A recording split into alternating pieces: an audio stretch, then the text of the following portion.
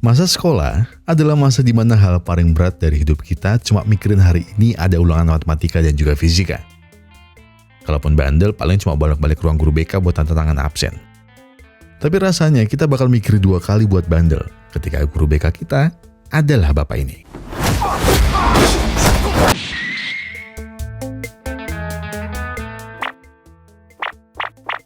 Yes, seperti request Mas Anyonek, saya kabulkan permintaan Anda.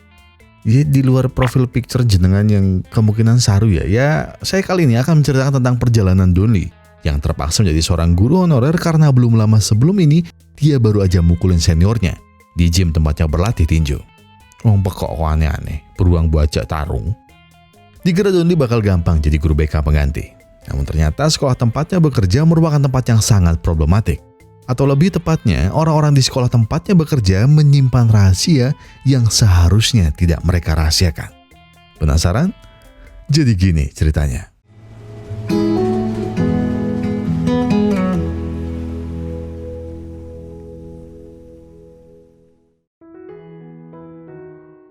Malam itu, lelaki mulai lele. Ya udah gini aja. Tadi itu Donly, dia hampir aja mukulin seluruh orang federasi tinju karena anak muridnya di match fixing dan terpaksa menjadi juara 2. Donly tidak terima karena anak muridnya sudah berlatih sangat keras dan di pertandingan terlihat jelas anak muridnya menang telak. Namun karena uang, lagi-lagi hal itu merubah semuanya. Adik Donly pun menceramai kakaknya yang problematik itu. Namun dengan bantuannya juga, setidaknya Donly tidak menganggur. Adiknya berhasil memasukkan Donly menjadi seorang guru. Walaupun masih honorer, tapi kata adiknya, kalau Donly bekerja dengan baik, pasti tidak akan lama baginya untuk naik menjadi guru tetap. Yang bener, kalau di Konoha ada yang puluhan tahun masih aja honorer. Memang negeri yang lucu Konoha itu ya. Wih, Shibelsik ya. Anata tahu nggak sih, itu tuh bahaya mas. Oh iya, sorry. 그치? 뭐야 이거? 뭐야?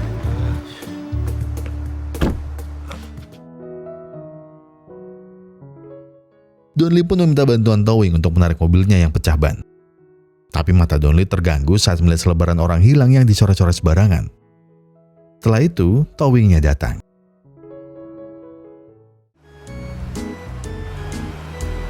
동네가 조용하네요.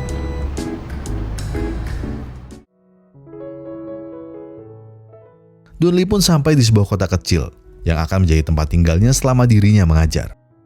Namun baru saja sampai, Donly sudah melihat seorang gadis dirundung gadis lainnya. Donly pun datang, tapi dia jadi bingung karena gadis yang dirundung sekarang bawa batu. Donly juga makin bingung ketika dirinya justru gantian yang dimarahi oleh para gadis-gadis. Mereka tidak mau ribet. Karena tidak mau ribet, Donly pun tetap mengusir mereka semua. Sampai akhirnya Donly disambut salah satu juniornya yang seorang polisi. Tapi Donly masih merasa aneh dengan kota ini.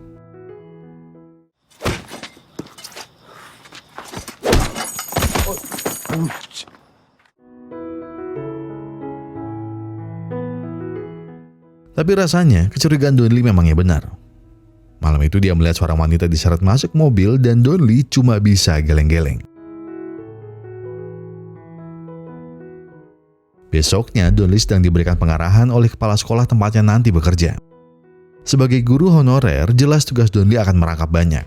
Dia nantinya akan menjadi guru olahraga, guru BK dan juga penagih uang pembayaran sekolah yang telat dari anak-anak di sana. Donly yang tidak mau ada masalah akhirnya iya aja. Karena mau bagaimanapun, ini hari pertamanya bekerja. Cocote ditabrak L300 cuk. Donly pun ditertawai oleh salah seorang guru di sana. Namanya Pak Sugeng. Dia bilang Donly harus maklumi murid-murid itu. Karena di sana juga sekolah khusus perempuan. Wajar saja mereka kaget saat melihat ada beruang yang menjadi guru. Karena tahu Donly mendapat tugas menagih, dia menyarankan Donly untuk menagih di kantin. Karena di sanalah tempat para siswi-siswi berkumpul.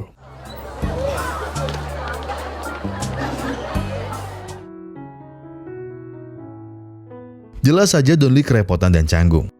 Karena para siswi justru mencibir bentuk Donly yang seperti beruang. Tapi Donly terpaksa menghentikan kerjanya saat dirinya melihat salah satu donatur sekolah yang sedang berkunjung Pak Kim.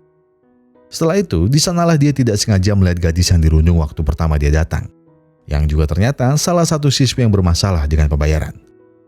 Siswi itu bernama Kang Yojin. Yojin ditagih Don Lee karena dia juga masih belum bayar uang pembangunan sekolah. Karena kalau Yojin tidak melunasinya, dia terancam tidak lulus. Tapi Yojin bodo amat. Toh palingan bakal tidak lulus juga katanya.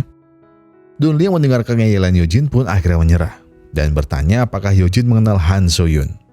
Karena mereka satu kelas. Yojin berhenti berjalan dan menatap Don Lee dengan penuh curiga. Tapi Don Lee bertanya itu karena So-yun juga belum membayar. Bahkan nilai utangnya lebih banyak dari siswi lainnya. Apa jangan-jangan dia kabur dari rumah? Yojin pun langsung marah dan bilang kalau Don Lee tidak tahu apa-apa minimal bertanyalah dengan sopan. Setelah itu, Yojin berlalu pergi. Dan ternyata So-yun yang Don Lee cari adalah siswi yang ada di selebaran orang hilang. Don Lee tidak tahu yang sebenarnya terjadi. Dia hanya melihat Yojin yang marah ke seorang guru sambil bilang kalau rasanya semua orang di sekolah ini tidak ada yang menanggapi serius tentang hilangnya So-yun.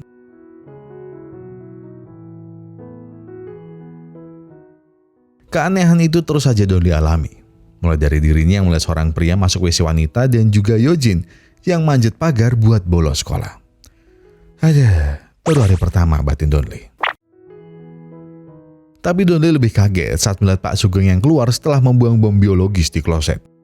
Sambil kemambunan dengan hajat Pak Sugeng, dirinya bilang kalau ada baiknya Don Lee juga mengecek ke kota. Karena akhir-akhir ini dia sering melihat para siswanya yang membolos sedang nongkrong dan merokok di jam pelajaran. Jelas Don Lee lebih memilih menggebuki para siswi bandelnya daripada mengobrol dengan Pak Sugeng yang bau hajatnya masih cocote. 잘 챙겨 먹고 있고 내가 진짜 열심히 하고 있으니까 걱정 안 해도 돼.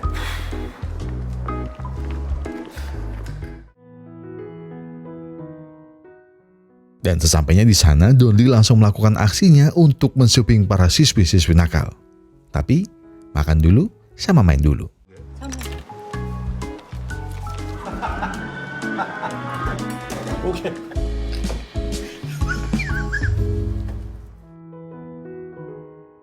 Sehabis itu, Don Lee juga melihat kampanye pencalonan gubernur dari Pak Kim yang lumayan rusuh.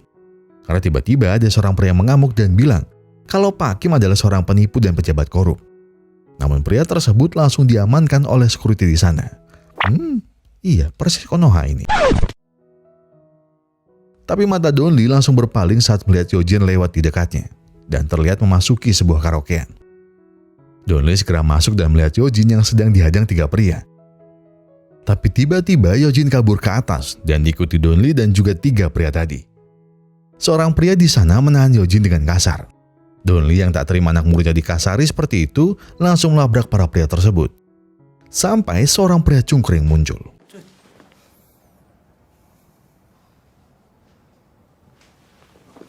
Saya pikir mau mukul, malah ganteng-gantengan. Saat pulang itu, Don Lee langsung menceramah. Oh ya, siang Pak Heru. Saat pulang itu, Don Lee langsung... bentar. Oh iya, ternyata Don Lee tanpa sengaja bertemu Pak Heru.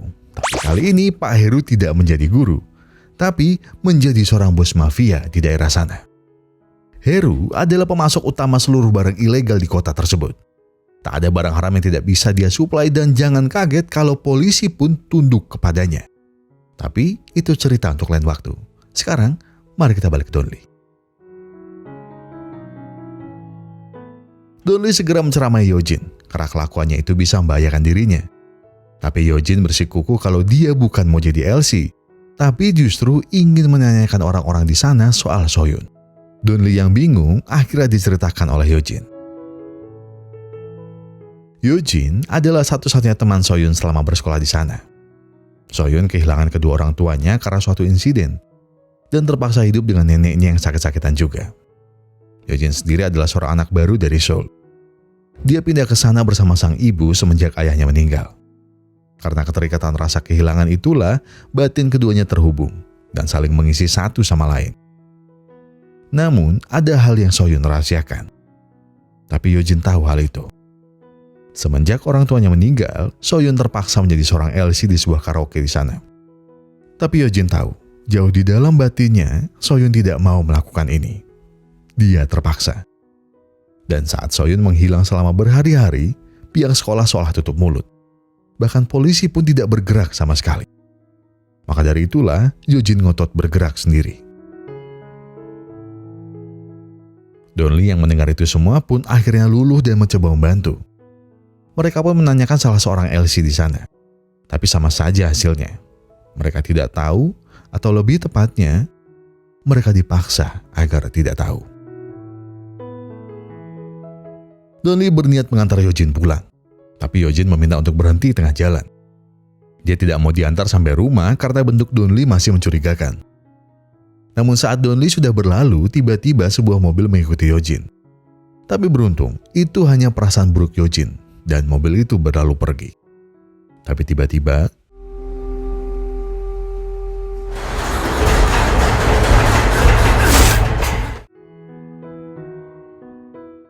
Donli yang agak bete karena dibilang bentuknya mencurigakan malah kaget saat mengetahui HP Yojin tertinggal di mobilnya. Donli pun mau tak mau berbalik arah. Dan dari jauh, Donli melihat sebuah adegan mencurigakan di terowongan. Di tempatnya menurunkan Yojin. Donli pun langsung tancap gas dalam-dalam.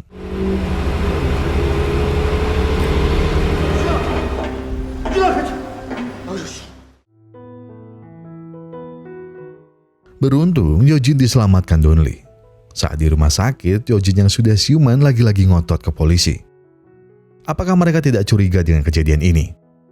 Yojin berkata seperti itu karena kesannya polisi tersebut tidak serius. Donli juga merasa sedikit keanehan. Karena bagaimana bisa polisi yang sedang bertugas mulutnya bau alkohol? Donli bertanya hal itu ke juniornya yang menjadi polisi, yaitu Roni. Roni bilang kalau nanti pasti akan diselidiki. Tapi saat Donli bertanya kasusnya Soyun sudah diangkat atau belum, Roni bilang kalau laporan Yojin dianggap tidak sah karena tidak berasal dari keluarga asli. Donli marah kenapa bisa polisi sesantai itu. Tapi Roni bilang kalau kasus anak kabur dari rumah sudah biasa di sini. Jadi pasti diselidiki nanti. Roni juga berpesan, baiknya Donli jangan ikut terlalu jauh. Karena dirinya hanyalah orang dari luar daerah. Begitu banyak hal yang Donli tidak mengerti. Dan begitu banyak hal juga yang Donli tidak bisa lakukan. Tapi rasanya dia tidak boleh diam saja.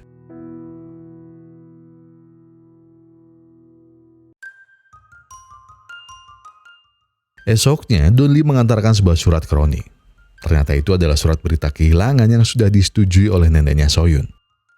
Dengan penuh harap, nenek Soyun bilang kalau dia rindu cucunya. Dan juga dengan penuh tekad, Donli memaksa Roni untuk secepatnya mengangkat kasus itu. Tapi Donli serasa ditekan dari segala arah. Polisi yang menyuruhnya jangan ikut-ikutan, para guru yang meminta Donli jangan terlalu jauh, dan juga Yojin yang menyangka kalau Donli tidak serius ingin bantunya. Tapi lamunan Donli berpaling saat melihat Yojin yang terlihat dekat dengan seorang guru dan juga para siswi-siswi yang juga sedang sebat. Donli yang langsung menggeruduk para siswi malah dicangkemi karena masuk WC wanita sembarangan. Tapi karena bau sebatnya masih pekat, Donli pun mengubek-ubek ruang kloset. Tapi bukan puntung yang dia temukan, namun sebuah kamera tersembunyi yang dipasang di salah satu ruang kloset. Donli yang ingin melaporkan itu malah dipanggil kepala sekolah. Di sana bukannya melapor, justru Donli kembali dimarahi karena dia baru saja mendapat laporan kalau berkas orang hilang dari Soyun sudah masuk ke tahap pemeriksaan. Kepala sekolah menegaskan kalau Donli itu cuma guru honorer. Segala sesuatu yang masuk harus lewat persetujuannya, termasuk segala sesuatu yang keluar. Jadi yang terjadi dalam sekolah harus tetap berada di dalam sekolah. Jabatanku lebih tinggi darimu. Jadi ini peringatan terakhirku. Camkan itu. Tapi tetap Donli tidak bisa diam saja. Apalagi saat dirinya melihat orang mencurigakan yang memasang kamera di WC. Donli segera berlari ke ruang guru dan mendapati orang yang dia cari tidak ada di sana. Karena yang Donli cari adalah Kyun Jisung, alias guru pelajaran seni yang duduk di sebelahnya. Donli yang penuh curiga langsung buka laptop Jisung yang tidak tertutup sempurna. dia tidak mendapati hal mencurigakan apapun. Atau lebih tepatnya, kemungkinan Jisung sudah menghapus semuanya. Namun Donli justru menemukan hal yang mengejutkan lainnya. Donli membaca pesan WhatsApp antara Jisung dengan Yojin yang layaknya pasangan. Dan juga pesan terakhir dari Soyun yang bertuliskan, "Aku tunggu di tempat biasa ya Pak." Donli langsung menelpon Yojin dengan panik karena dia tahu kalau terakhir Yojin pergi bersama dengan Jisung. Yojin yang merasa terganggu akhirnya menjawab. Niat marahnya langsung berhenti saat Donli bilang kalau Jisung dalam bahaya. Karena selain Jisung lah yang memasang kamera tersembunyi itu di WC wanita, dia juga yang punya chat mencurigakan dengan Soyun. Yojin langsung tertegun kaget. Dirinya sekarang terjebak dalam situasi yang tidak pernah dia kira.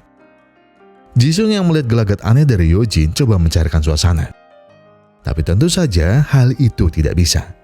Karena Yojin mengenali gantungan kunci milik Jisung. Itu milik Soyun. 수연이랑 같이 진짜 유진아! Yojin terbangun dan kaget melihat dirinya sudah terikat. Tiba-tiba Jisung datang dan berkata kalau dia memukul Yojin karena hilaf. Tapi aslinya dia hanya tidak sengaja. Tapi ketakutan di mata Yojin tidak bisa berbohong. Apalagi saat dia melihat case HP milik Soyun ada di sana. Lagi-lagi Jisung berkilah dan bilang kalau dia bisa menjelaskan semuanya. Tapi rasanya Jisung harus bisa menjelaskan pakai tangan. Karena jagoan kita sudah tiba.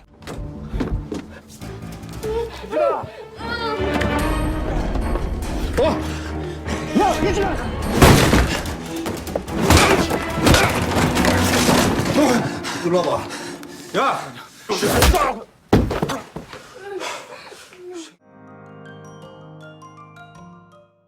Sekarang gantian Jisung yang terbangun setelah dibogem oleh Donli. Di sana Donli menceritakan semua yang dia temukan di laptop miliknya dan juga chat terakhir dengan Yojin dan Soyun. Jisung memohon dengan sangat. Dia tidak melakukan apa-apa dengan Soyun. Jisung bercerita kalau dia justru memang menjemput Soyun karena dia duluan yang minta tolong. Dan saat sampai di tempat yang Soyun bilang, Jisung kaget saat melihat Soyun yang sudah berantakan dan penuh dengan luka. Awalnya dia ingin bawa Soyun ke rumah sakit. Tapi karena tak mau membuat Soyun menjadi bahan omongan, karena datang dengan babak belur dan baju yang kurang pantas dipakai seorang anak SMA, mereka pun setuju untuk mengobati luka di tempat Jisung. Namun di tengah jalan, Soyun ditelepon oleh seseorang. Setelah itu tiba-tiba dia meminta diturunkan di sebuah pom bensin tua. Setelah telepon itu, Soyun bilang kalau nanti ada yang menjemputnya. Dan karena dia juga tak mau Jisung terkena masalah, dia meminta Jisung untuk pergi saja. Tapi saat perjalanan pulang, hati Jisung merasa ada yang tidak benar. Dia pun kembali ke tempat dia menurunkan Soyun. Tapi Jisung tidak menemukan siapapun. Hanya HP Soyun yang sudah pecah dan tergeletak tak bertuan. Tentu saja cerita Jisung tidak bisa Donli percaya. Tapi yang jelas Jisung sudah berbuat salah. Dia dengan sengaja menaruh kamera di WC wanita sekolah dan juga mengajak pergi Yojin ke tempat yang tidak seharusnya. 뭐야? Di kantor polisi, lagi-lagi Donli merasa kesal dengan salah seorang polisi yang pernah ditemui di rumah sakit.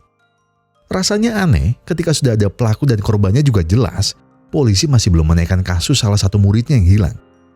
Tak mau memukul personil Halode, Donli pun meminta tolong Roni untuk menyelidiki HP milik Soyun.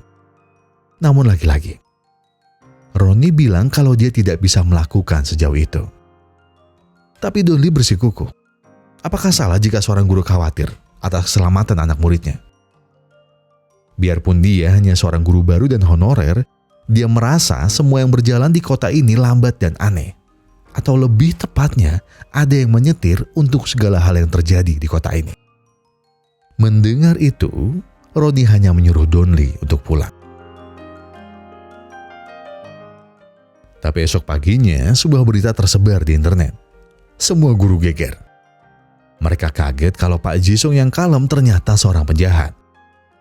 Donli jelas tahu siapa orang yang membuat ini. Donli segera memarahi Yojin. Dia bilang apa Yojin tidak takut. Sudah 2 kali dia mendapat serangan dari orang misterius. Itu saja dia beruntung, karena Donli selalu bisa datang. Tapi Yojin tak peduli. Nasib temannya juga harus diselamatkan sama seperti dirinya, yang diselamatkan oleh Donli. Memang aku salah melakukan ini. Bukankah yang salah orang-orang di luar sana, yang semena-mena menutup semua akses informasi dan juga hukum yang adil? Bagaimana jika itu anak perempuanmu? Apakah kau akan tinggal diam? Jangan kira aku hanya seorang anak kecil. Aku sudah dewasa karena keadaan. Dan sisanya nanti aku hanya akan menua. Jadi aku tidak akan mundur sedikit pun. Karena aku percaya Soyun di luar sana menungguku menolongnya.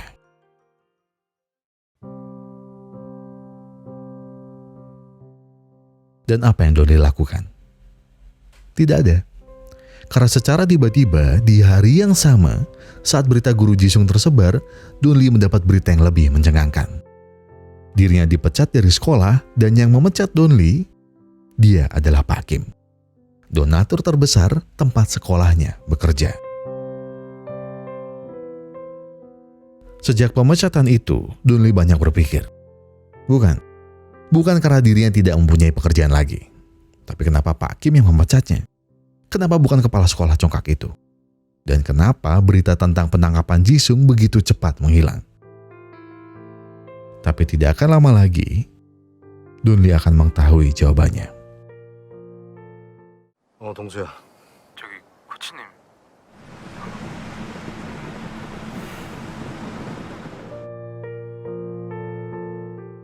Soyun akhirnya ditemukan. Dirinya ditemukan meringkuk di bawah jembatan.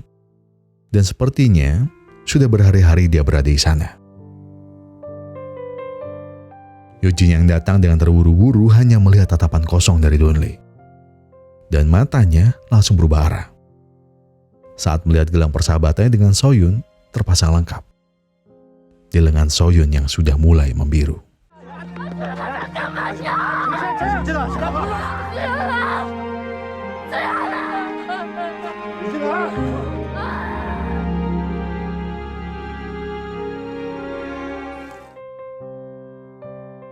Sementara itu di lokasi kejadian, Roni tanpa sengaja mendengar percakapan dua seniornya soal membungkam reporter setempat.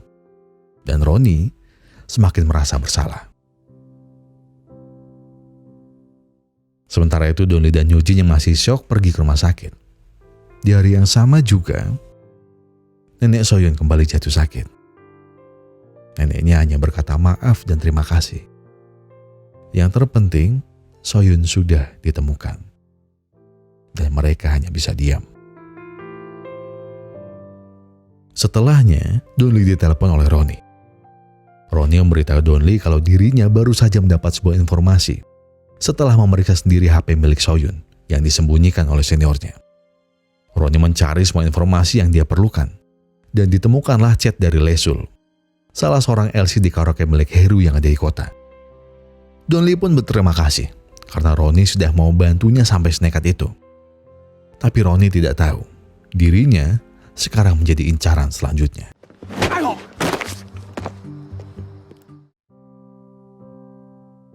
Donli segera meminta Yojin untuk tidak kemana-mana, karena ada hal yang perlu dia cek.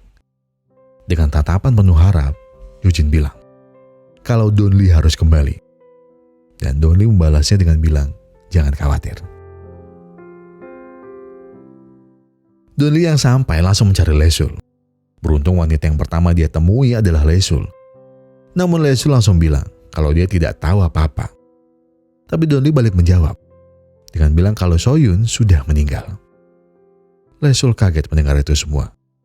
Dan Donli terus meyakinkan Lesul untuk bercerita dengannya. Lesul pun menceritakan semuanya. Memang benar, Soyun bekerja di sana dan dia yang menerimanya. Bukan karena apa-apa. Lesul terpaksa menerimanya di sana karena almarhum orang tua Soyun mempunyai utang ke salah satu rentenir milik Heru. Lesul sebenarnya selalu menjaga Soyun agar tidak melakukan hal seperti yang harus dia lakukan. Karena dia tahu, Soyun adalah anak yang baik. Dia hanya ingin bayar utang orang tuanya dan juga menabung untuk biaya berobat neneknya. Namun malam itu, Soyun tidak bisa berbuat apa-apa. Karena tamunya malam itu adalah Pak Kim dan juga para kroni-kroninya. Di malam itu juga, Soyun baru saja mendapat kabar kalau sakit neneknya kambuh lagi. Saat melihat Pak Kim masuk ke kamar mandi, tiba-tiba Soyun muncul dan minta tolong kepadanya. Dia bercerita kalau dirinya butuh uang cepat karena neneknya sakit lagi. Dia pun bilang dia mau melakukan apapun asalkan dirinya dibayar. Namun saat bilang dirinya masih seorang anak SMA, Pak Kim langsung memarahi Heru. Dia tidak habis pikir Heru membawa seorang anak SMA di karaoke miliknya. Dan iya, ternyata Pak Kim yang mempunyai bisnis karaoke itu. Dan Heru adalah salah satu anak buahnya. Namun Heru berjanji Soyun tidak akan mengatakan apa-apa di luar sana. Karena almarhum orang tuanya berhutang banyak padanya. Namun Pak Kim tak mau Soyun berada di sana. Tapi tiba-tiba mereka mendengar teriakan dari kamar atas.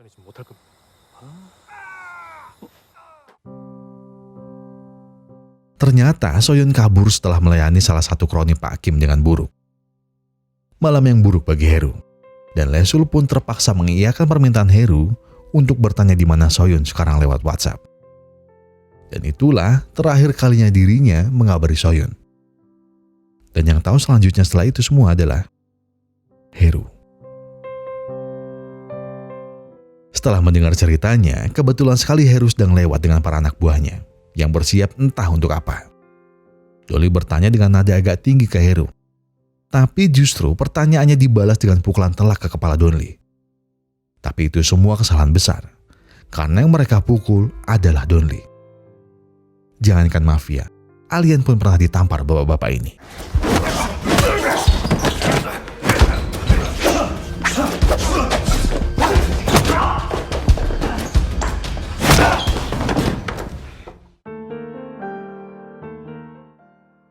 Setelah salam olahraga, Donli kembali menanyai Heru, apakah dia yang menghabisi Soyun. Malam itu, Heru mendatangi tempat di mana Soyun berada. Sebuah pom bensin tua yang sudah ditutup. Dia mencarinya ke sana kemari, sampai saat dia mendengar sesuatu dari salah satu kloset.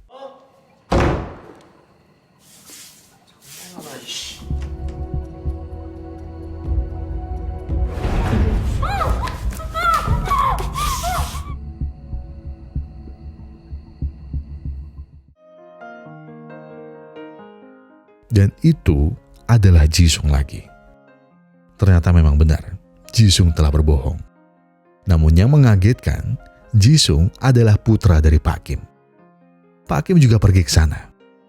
Melihat anak laki-lakinya melakukan hal bodoh, Pak Kim tak pandang bulu dan bolak-balik menampar Jisung. Dia begitu marah. Karena kenapa sulit bagi Jisung untuk tidak berbuat masalah. Sudah banyak uang yang dia keluarkan untuk anak bodohnya itu. Kau pikir kau bisa bekerja di sekolah itu karena siapa? Itu semua karena uangku. Hari ini sudah cukup buruk dengan ide Heru membawa seorang anak SMA ke tempatku. Sekarang, kau malah menambah masalah dengan menghilangkan nyawanya. Setelah cerita itu semua, Donli yang ingin kembali ke rumah sakit mendapat kabar juga. Kalau Jisung sudah bebas di hari dia ditangkap. Donli pun was-was. Dia meninggalkan Yojin sendirian di rumah sakit. Dan perasaan buruknya itu terjawab saat ibu Yojin menelponnya dan bilang kalau Yojin tidak berada di rumah sakit.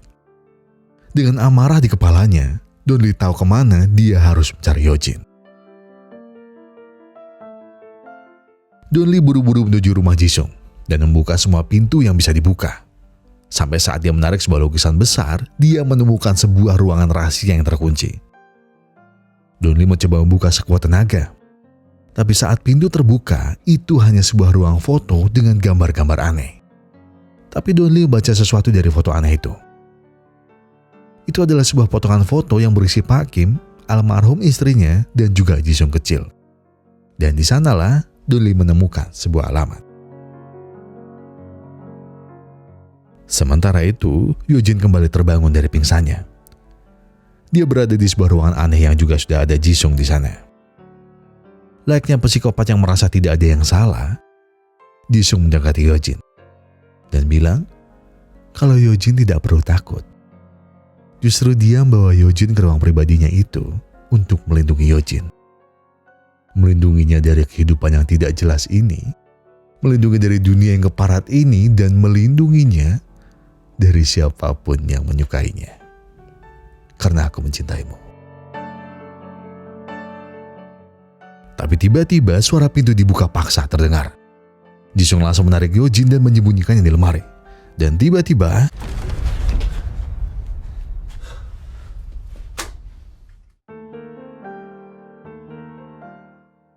ternyata itu Pak Kim. Jisung langsung berubah jinak tapi tidak dengan ayahnya. Ayahnya marah karena Jisung belum juga pergi ke Amerika. Semenjak kasusnya ramai, sebisa mungkin Pak Kim menyembunyikan identitas Jisung sebagai anaknya. Pak Kim bilang, begitu banyak hal bodoh yang harus dia tutupi. Bahkan sampai-sampai dia yang harus mengakhiri nyawa Soyun. Dan iya, malam itu ternyata Soyun masih hidup. Biarpun sudah dibekap lama oleh Jisung. Di posisi itu, Soyun masih memohon. Dia memohon untuk dibantu perihal pengobatan dan utang orang tuanya. Serta dia juga berjanji, dia tidak akan mengatakannya pada siapapun. Dengan tatapan penuh iba, Pak Kim meminta maaf. Dia meminta maaf karena Soyun tidak bisa dia percaya.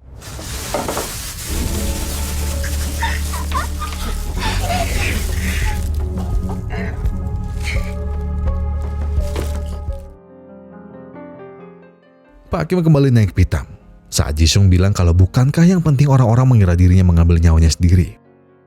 Pak Kim kembali menghajar Jisung bolak-balik dan dia pun menegaskan kalau besok pagi Jisung harus berangkat ke Amerika dan kembali saat dirinya sudah terpilih dan kasusnya mulai mereda.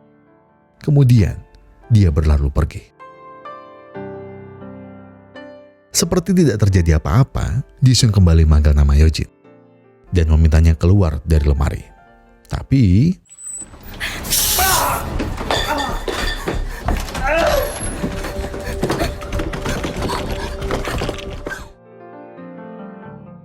Jisung tak melihat Yojin di sana. Sambil terus mencari, Jisung juga terus berkata kalau dirinya benar-benar menyukai Yojin. Dia suka dengan senyumnya, rambutnya, kulitnya, wajahnya, dan apapun yang nanti akan terlepas dari tubuh Yojin. Yojin yang ngeri mendengar itu semua terus menahan suara dan gerakannya. Tapi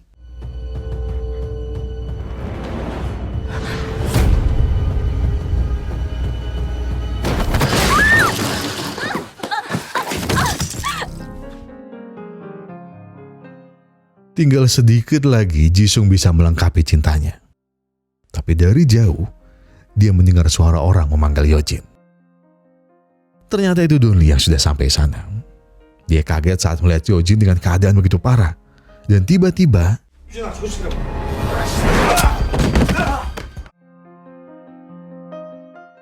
beruntung Donli masih melawan dan memberikan Jisung pelajaran. Walaupun Jisung memohon dan memohon, Donli tak memberi ampun sama sekali. Sampai akhirnya Jisung tersungkur. Donli kembali menolong Yojin. Namun Jisung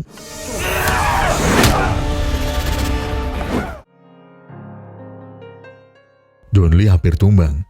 Namun di sana ada Yojin yang butuh pertolongan. Donli terus menghindar dan melayangkan semua tinjunya ke tubuh Jisung. Dan untuk mengakhiri itu semua, Donli memberikan pukulan overpowernya.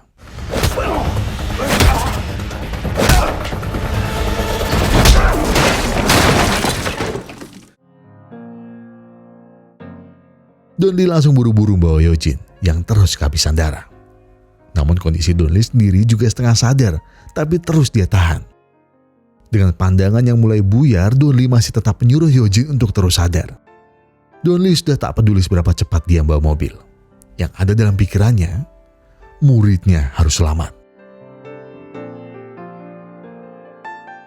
Beruntung, Donli sampai di rumah sakit dan nyawa Yojin berhasil ditolong. Dengan tubuh yang penuh luka dan belum pulih 100% kesadarannya, Donli melihat hasil polling pemilihan calon gubernur yang dimenangkan oleh Pak Kim. Di tengah derita yang murid-muridnya rasakan, Donli melihat seorang pejabat tidak layak yang berpesta kemenangan di atas penderitaan yang disebabkan oleh semua rencana busuknya. Sekali lagi Donli harus bangkit. Dia harus terus berjalan dan membalaskan dendam anak muridnya yang dihabisi dan juga dilukai karena ketamakan pejabat-pejabat seperti Pak Kim.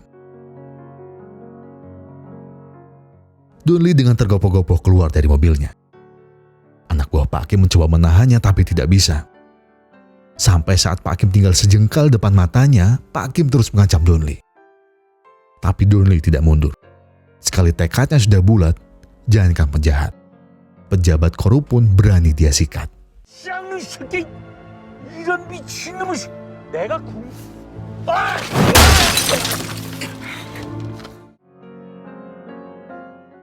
Dari kejauhan, suara sirene polisi terdengar. Pak Kim yang tadinya takut langsung girang. Karena sebentar lagi Donli akan masuk penjara dan membusuk di sana.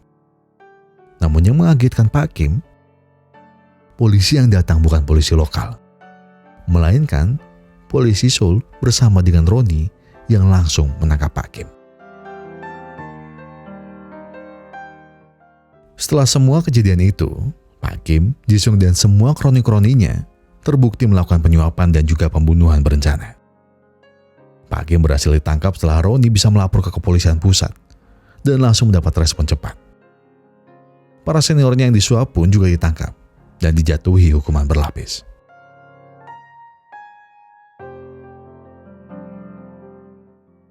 Eugene terbangun dari tidurnya. Tidak ada siapa-siapa di sana. Namun rasanya dia tahu, Donli lah yang terus menemani dan menjaganya selama ini. Sementara itu, setelah semua aksinya itu, Donli menghilang entah kemana.